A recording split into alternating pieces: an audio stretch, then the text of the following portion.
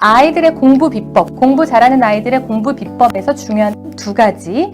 초등학교 때는 교과서를 통해서 지문을 이해하는 훈련과 기회를 갖도록 해주셔라 라는 부분이고요. 고등학교에 올라가기 전에 중학교 단계에서 해야 될 일들이 다양한 독서, 특히 비문학에 관련된 지식적인 정보의 글들을 분석하면서 읽는 시간을 매일매일 꾸준히 조금씩이라도 갖게 하도록 해주셔야 된다는 두 가지 점입니다. 이것이 바로 아이들의 독해력, 읽기 역량에서 필요한 도움이 되는 방법으로 제가 권장을 해드릴 수 있고요. 자, 그 다음에 나머지 두 가지는 자, 이제 그냥 읽기만 잘하면 될까요? 자, 읽기만 잘하면 아이들이 점수가 오를까요?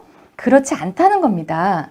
읽어서 이해를 잘했다면 이것을 문제에 적용하는 기회를 가져야 되는데요. 아이들이 보통 문제집으로 많이 하게 되죠. 특히 수학 같은 경우는 유형이 어느 정도 딱 패턴화되어 있기 때문에 비슷한 그 유형의 문제들의 풀이를 거듭하다 보면 이제 통달을 합니다. 아, 이런 유형 나오면 이제 척척척척 이렇게 하게 되죠. 하지만 국어나 사회나 과학 같은 경우는 문제 유형이 항상 똑같이 나오는 것이 아니고 또 매번 소재나 글들이 바뀌기 때문에 그 글에 대한 이해를 잘 하더라도 또 문제풀이도 같이 수반이 되어줘야 되는데요. 자, 첫 번째 법칙, 이번에는 독해비법 적용 첫 번째입니다. 자, 아이들이 풀었을 때 내가 이 문제를 왜 틀렸는지, 이제 틀린 문제가 나오면 틀린 답에 대한 이유가 아니라 보통은 정답인 답에 대한 그 선지 해설이 정답 해설지에 나와요. 그럼 아이들이 틀린 문제를 보고 답지를 보고 아, 이게 내가 5번이라고 했는데 3번이 답인 이유가 이것 때문에 정답이구나만 나옵니다. 자, 정답인 이유를 아는 것만큼이나 중요한 것. 정답인 이유를 아는 것보다 어쩌면 더 중요한 공부는요. 오답인 이유를 파악하고 가야 된다는 것입니다. 자, 한번 보겠습니다. 자, 처음에 학생이 이렇게 말을 하죠. 국어는 원래 책으로 하는 것이란 생각이 박혀 있었는데 자, 근데 매일 국어는 지문별로 그리고 선지별로 해설이 달려 있어요. 라고 말을 합니다. 그러다 보니까 아이가 잘못 찍었을 때 왜 이게 답이 아니지? 아니면 왜 이게 답이 맞는 거지에 대한 선지 해설이 모두 다 적혀 있었다고 하죠. 매일 국어는 상세한 오답 해설이 나와 있는데 문제집에는 좀 부족한 오답 해설이 나와 있었다라고 말을 합니다. 그래서 일반적으로 문제집에는 정답인 것과 자주 틀리는 것, 요 정도, 한 두세 개 정도밖에 안 나오는데 매일 국어에는 모든 선지가 나오다 보니까 이제 공부하는 습관과 자신감이 생기게 되었다라고 말을 해줬거든요. 자, 그러면 실제로 어머님들께서요. 아이들의 문제집의 오답 해설이 도대체 어떻게 나와 있다는 거지? 관심 가져보신 적 많이 없으셨을 것 같아요. 제가 한번 보여드려 볼게요. 자, 요거는 비상에서 나오는 문제집의 일부분을 제가 좀 보여드리려고 발췌를 한 부분이에요. 근데 뭐 이제 비상 국어 교과서니까 제가 이거를 발췌했지만 뭐 천재도 있고 교학사도 있고 지학사도 있고 출판사별로 문제집이 다 나옵니다. 그래서 비슷한 문제집 한번 살펴보시면 될 것 같은데요. 자, 보시면 지금 중학교 1학년 자유학기제 또는 자유학년제를 실시하기 때문에 아직까지도 어머님께서 우리 아이의 실력이 약간 미궁이다 라고 생각하시고 계시는 그 시기입니다. 아주 데인저러스한 시기죠. 이 위험한 시기에 우리 아이들이 공부를 하는 선지 해설이 이렇게 나온다는 거죠. 자, 지문이 쭉 나오고 윗글을 통해서 알 수 있는 내용이 아닌 것은 제가 지금 거의 40분여에 걸쳐서 계속 반복해서 말씀드리는 것, 아이들이 정독만 제대로 하고 지문의 교과서만 제대로 읽기만 하더라도 지문에 나오는 내용이 옳은 것은, 지문의 내용이 나오지 않는 것은 이런 사실적인 문제 해결 역량은요, 급속도로 올라갑니다. 빨리 올라가요. 지문에 어차피 다 답이 있으니까. 자, 그러면 이 5개의 선지 중에서요, 4개는 글에 나와 있다는 소리예요. 하나만 나와 있지 않겠죠? 보통 아이들이 이런 때 많이 실수를 하는 것이 조사 같은 거 조금 잘못 읽어서 아니면 전부 다 그렇다, 일부분 그렇다 이런 표현이 약간만 꼬여 있어도 실수를 되게 자주 해요. 꼼꼼히 읽지 않았기 때문에. 자, 이 문제에 대한 해설이 어떻게 나왔는지 한번 보시죠. 정답 1번, 3번입니다. 3번이 정답인 이유만 나와 있어요. 해설을 보시면, 보세요. 이 글은 사람들이 첫인상을 바꾸려고 하지 않는 이유를 밝히고 지속적인 관계를 통해 상대의 실제 모습을 보아야 한다는 내용을 담고 있다. 그냥 뭉뚱그려서 이런 내용이다라고 하면서 그러나 좋은 첫인상을 형성하는 방법에 대해서는 언급하고 있지 않다. 그렇게 클리어한 해설이라고 보여지시나요? 내가 잘못 고른 답이 있다면 내가 잘못 고른 답이 실제로 지문에 어디에 나왔는지가 명확하게 표시가 되어야 아, 내가 꼼꼼히 읽지 않아서 실수를 했구나를 깨달을 수 있을 텐데 말이죠. 자, 그래서 다른 방법의 해설을 한번 보여드려 보겠습니다. 비슷한 유형의 문제입니다. 위 글의 내용과 일치하지 않는 것은? 이라는 문제. 똑같죠? 앞에 나왔던 거랑 이 글을 통해서 알 수 있는 내용이 아닌 것은? 일치하지 않는 것은? 자, 그럼 마찬가지로 5개의 선지 중에서 4개의 답은요. 이 지문에 포함이 되어 있다는 얘기입니다. 그럼 해설 한번 보겠습니다. 자, 1번. 다에서 특히 성장과 관련된 영양분 중에 단백질이 영향을 준다라는 내용을 알 수 있다. 어디서? 다에서. 지문 확인 눌러볼까요? 이렇게 나옵니다. 어디에 나왔는지 정확하게 알려주죠. 2번째, 유전적 환경의 요인들이 키의 성장에 영향을 미친다. 이거는 안 나와 있는 거예요. 이 안 나와 있는 답에 대한 해설은 여기에서 따로 해설을 해줍니다. 3번째 선지, 이 넓적다리의 뼈 중에서 가장 길고 신장의 4분의 1을 차지한다는 내용은 여기에 나온다라고 해설이 나와 있죠. 4번째 선지도, 5번째 선지도 모두 다 지문의 내용 중에서 이 선지의 내용이 어디에 있었다라고 명확하게 아이가 볼 수 있도록 해줍니다. 이렇게 해야 내가 왜 틀렸는지를 정확하게 알고 넘어갈 수가 있겠죠. 자, 아까 앞에서 보셨던 정재원 학생이 이렇게 말을 하죠. 문제를 다 이해하고 풀어라. 매국어에서 하는 거는 좀 이런 느낌인데 실제로 내가 뭘 틀렸는지를 체계적으로 구분을 해주기 때문에 문제풀이에 대한 역량이 늘어났다라고 하죠. 고2라고 하더라도 늦지 않았다. 매일 국어는 조금이라도 국어 실력을 늘게 해주는 촉매다라는 후기를 남겨주었습니다.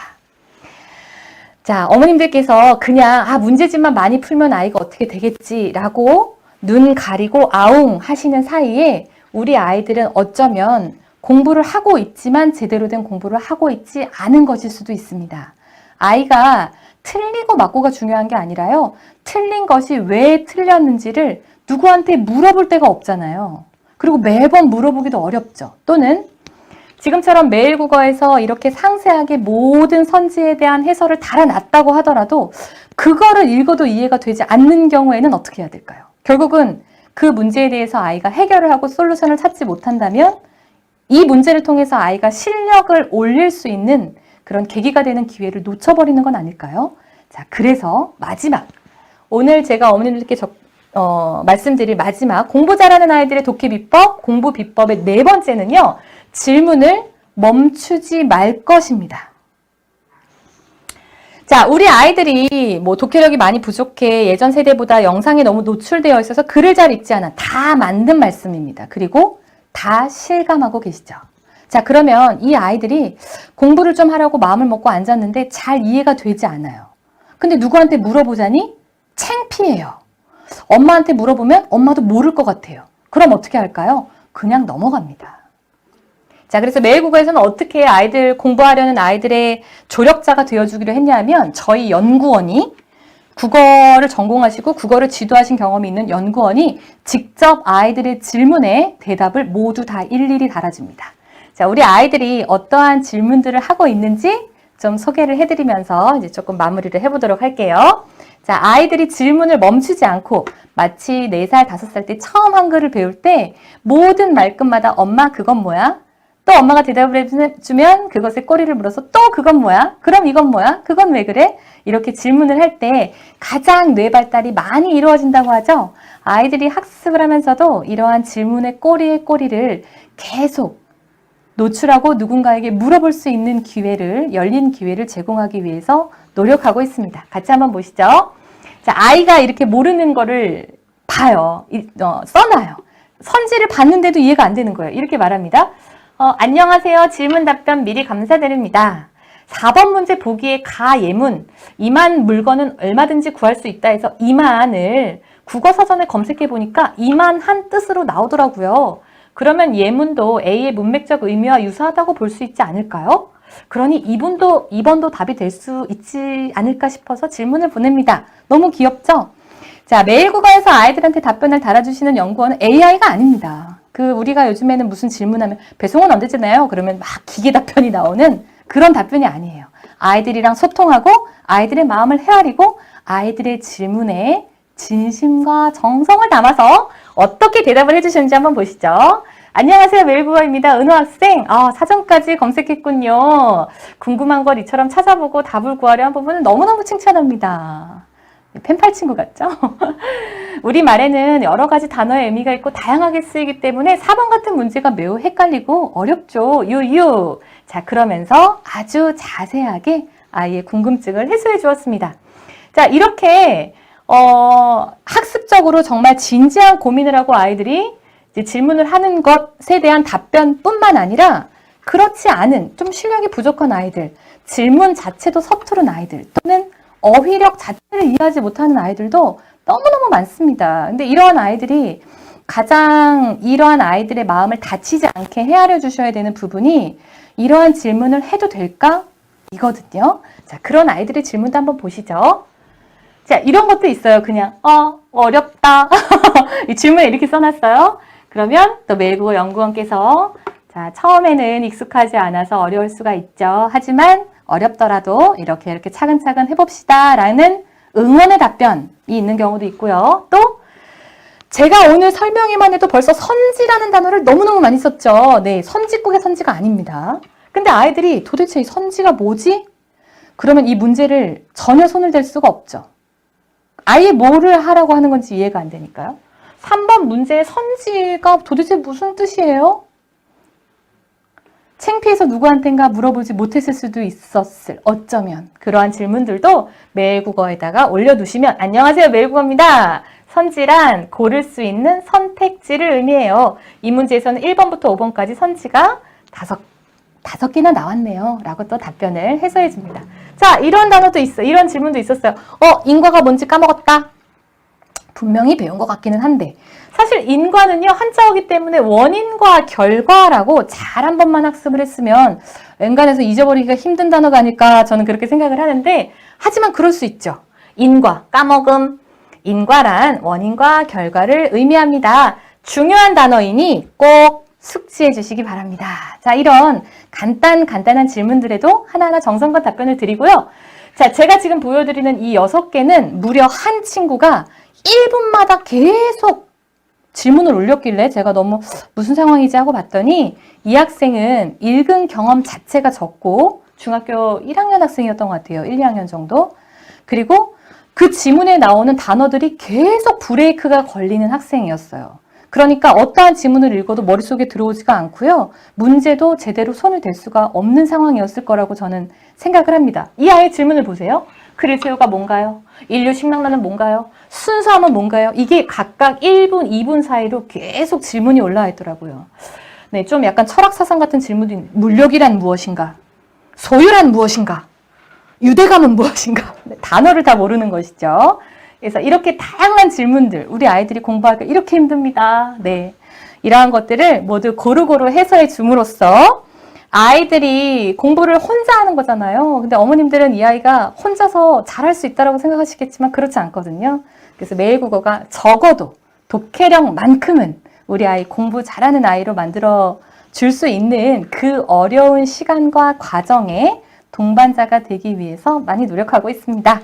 네, 아이들 공부에 조금이라도 도움이 되셨으면 좋겠고요. 특히 제가 이제 뒷부분에 말씀드렸던 문제 풀이에 대한 부분은 굉장히 중요한 부분이라서 메일국어에서는 저희의 방식으로 이렇게 구현을 하고 있지만 아이들이 이제 뭐 틀린 문제집이나 이런 걸 보실 때에도 조금 더 관심 있게 틀린 문제에 대한 것도 좀 같이 생각을 해보시고 아이들이 스스로 자립할 수 있는 공부 독립을 할 수 있는 아이로 성장할 수 있게 되기를 바랍니다.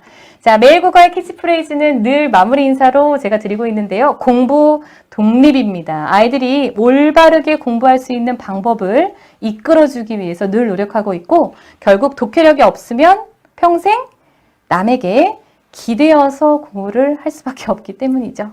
자, 오늘 설명은 여기서 마치고요. 마지막으로 아까 이제 영상 화면 자료에서 보셨던 학생 중에 한 명 매일 국어를 통해서 기존의 국어 공부에 대한 편견을 타파하고 제대로 된 공부 방법을 습득하게 되었다고 하는 이재승 학생의 인터뷰를 마지막으로 소개해드리면서 오늘 설명회를 좀 마무리하도록 하겠습니다.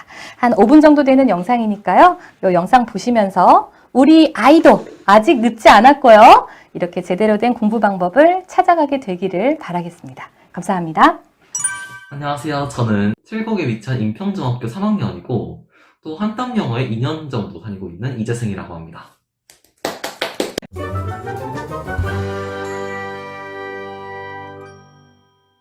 국어 공부는 책으로 하는 거 그런 생각이 갖고 있었어요. 그래서 뭐 컴퓨터로 어떻게 하다가 딴짓하겠지 이런 생각이 들어가지고 과연 제대로 될까? 그런 생각도 들었거든요. 처음 다 매일국어 프로그램 켰을 때 쫙 나오는 긴 글이 이게 뭐지? 이거를 지문을 어떻게 읽어야 되지? 그리고 얘가 나한테 말하고자 하는 게 뭐지? 그 다음에 내가 이 답을 어떻게 찾아야 되지? 이 생각이 제일 먼저 들었던 것 같아요. 그래서 점수가 낮았어요. 이걸 하다가 어떤 유혹에 이끌려서 유튜브를 끼진 않을까 켜가지고 음악을 들으면서 그걸 하진 않을까 그런 걱정이 막 들더라고요. 근데 계속 하다 보니까 되는 거예요. 익숙해지니까 어느 정도 이 지문을 어떻게 읽어야 되는지 그런 것도 파악을 할 줄 알게 되고, 그리고 이 긴 지문에서 핵심적인 답을 도출하는 방법도 알아내게 되고, OX 퀴즈 그 읽는 시간은 4-50초 정도 걸리고, 그 다음에 중심 문장이랑 핵심어 하는 거는 이제 읽고 찾는 데는 얼마 시간이 안 걸려요. 근데 학원에서 이제 중심 문장이랑 핵심어가 뭐 어떤 게 있는지 그걸 적으라고 하기 때문에 그거 정도 시간을 고려한다면은 5분 정도, 세 지문 다 하면은 30분. 한 번에 읽었을 때 굵직굵직한 개념들 있잖아요. 거기에서 어떤 걸 핵심적으로 전달하는지, 뭐 예를 들어서 뭐 케인스 경제학이라든지 그런 게 만약 개념이 나왔을 때는 처음에 읽을 때 걔네들이 집중적으로 봐요. 아, 이게 중요하겠구나, 이게 문제에 나올 수 있겠구나 하면서 걔네들을 한 번 더 읽어보고, 그 다음에 쫙 읽은 다음에 OX 퀴즈 풀고 중심 문장 핵심어 하면서 다시 한번 점검해보고, 그리고 문제를 풀 때는 걔네들이 이미 딱 알고 있으니까 자신감 있게 정답을 보고, 그리고 경제에 나오는 도표 문제들 있잖아요. 걔네들은 확실히 계속 수치가 나오니까 그런 것들을 분석하기 위해서는 지문을 보긴 해야 되는데, 그래도 이해가 돼 있으니까 기본적인 개념을 아니까 무난하게 풀었던 것 같아요. 고등학교 모의고사 대비해보려고 모의고사로 사긴 했거든요. 그 아, 그래요? 모의고사를. 최근에? 최근은 아니고 방학 때, 여름방학 때 한번 해보긴 했는데 처음 했을 때는 그래도 문제 유형이 다양하게 나오잖아요. 2등급을 맞았는데 그래도 비문학은 다 맞았어요. 문제가 이제 문학. 문학이 나오니까 처음은 중세국어에다가 고전 문학의 생소한 단어도 나오니까 이거 어떻게 푸는 거지? 하는데 그래도 다행히도 어휘력센터 있잖아요. 거기에 그래도 고전 문학이 나온 단어들도 나오고 그런 거 있으니까 아는 거는 딱 이거 봤었는데? 하면서 이해를 하는 경우도 있어요. 내국어랑 매상비 뭐 한번 풀어봤거든요. 이제 하면은 방학 때 고등학교 준비를 해야 되니까 이제 다른 책들도 한번 사봐가지고 여러 가지 풀어보자 해가지고 매산비를 샀거든요. 그래서 사서 풀어봤는데 확실히 차이가 나요. 어떻게? 이제 매산비를 다 풀고 난 다음에 문제 해설이 나오잖아요. 그 해설책에. 근데 매일국어는 지문별로, 그러니까 선지별로 해설이 다 달려있거든요. 그래서 내가 이걸 잘못 찍었을 때 이게 왜 답이 아닌지, 답이 맞는지도 다 적혀 있어요. 그리고 기호별로도 왜 설명이 그런지 상세하게, 그리고 그 지문 내부에서 어디에 있는지도 알려주니까 그 문제를 틀려도 아, 내가 다음번에는 이렇구나 하면서 잘 풀 수 있겠다 이런 생각을 가지는데, 매산비를 풀 때는 이제 딱 그거만 나와요. 정답인 지문, 정답인 선지 A와 그리고 좀 자주 틀리는 문제 그 두 개 아니면 세 개밖에 안 나와가지고 제가 거기에 나와있지 않는 선지를 골랐을 때 이게 왜 답이 아닌지 그런 걸 모르는 거예요. 그래가지고 이제 문제를 좀 이해하기 힘들었던 그런 게 있고, 가장 큰 차이는 이제 문제 푸는 방식. 매일국어는 이제 읽고 OX 퀴즈 풀고 중심 문장 핵심을 한 다음에 한번 쭉 눌러보면서 읽고 마지막에 문제잖아요. 매산비는 중간 과정이 생각되어 있어요. 문제, 지문 읽고 바로 문제. 그러니까 옛날 습관이 다시 나와요. 매산비를 하면은 지문을 보고 보기를 보는데 중간 과정에서 이제 지문을 이해할 수 있는 요소들이 사라지니까 내가 직접 중심 문장과 핵심어를 찾지 않는 이상 보기를 지문을 보고 다시 보기를 보고 또 지문을 보고 보기를 보고 이렇게 되는 거죠. 근데 매일국어에서는 이제 중간 과정이 생기니까 이해를 확실하게 할 수 있는 거고, 그래서 지문 덜 보고 문제를 푸는 거죠. 한번 다시 훑어 읽어야 되는 게 네. 그게 훨씬 좀 기억이라든지 아니면 구조화를 하는데 그 도움이 되는 과정이라는 거죠? 네, 굉장히 큰 도움이 되죠. 그게 혹시 지금 이제 어느 정도까지 수준이 그래도 올랐으니까 네, 그게 점점 이렇게 단축이 되던가요? 굉장히 그거를- 많이. 근데 그래요? 처음 시작했을 때는 이제 2, 3분. 그 와중에도 계속 틀리니까 0도까지 돌아간 다음에 다시 돌아간다. 그때는 그냥 애초에 어떻게 해야 되는지 잘 몰랐어요. 그래서 그거 하느라 시간이 한 4, 5분 정도 걸렸는데 지금은 중심문을 찾는데 많으면 2분 정도? 짧으면 4, 50초 정도. 금방 찾으니까. 감이 확실히 생긴 건 맞네요. 많이 생겼어요. 제일 크게 영향을 끼친 게 내가 이 문제를 얼마 정도 이해하고 있느냐. 이게 가장 큰 것 같아요. 옛날에 이제 매일국어 하기 전에는 문제 푸는 방법이 진짜 완전 초보자 수준이었거든요. 딱 문제가 나오잖아요. 그럼 보기를 봐요. 보기를 딱 이런 내용이구나 하고 지문으로 간 다음에 다 읽는 게 아니라 내가 필요한 단어만 딱 찾아요. 이거 맞는 것 같은데 하면은 답을 고르고 그러다가 틀리는 경우도 좀 많았죠. 근데 이제 매일국어 하고 나서는 문제 푸는 노하우가 생기니까 이제 이 문제는 어떻게 푸는지 안다. 그래서 지문을 빠르게 쫙 읽고 이해를 한 다음에 지문을 바로 푸는 선지를 모르는 거죠. 아, 순서가 완전히 바뀌어버렸네. 네, 완전히 바뀌었어요. 그렇게 되니까 이제 문제 정답률이 올라가고 국어, 그리고 영어에만 한정된 게 아니라 수학도 그렇고 한국사라든지 사회라든지 과학이라든지 다양한 과목들에도 이제 도움이 되는 거죠. 왜냐하면은 수학도 나중에 모의고사 정도로 가면은 고등학교로 가면은 지문이 길어지거든요. 맞아요. 문제가. 근데 그런 것들이 차근차근 읽어지지 않으니까. 읽어지니까. 네, 그래서 수학 점수도 잘 나오고 수학 문제도 잘 풀리고 그런 거죠. 제 꿈은 외교관이에요. 외교관이 되기 위해서는 여러 가지 덕목이 필요하거든요.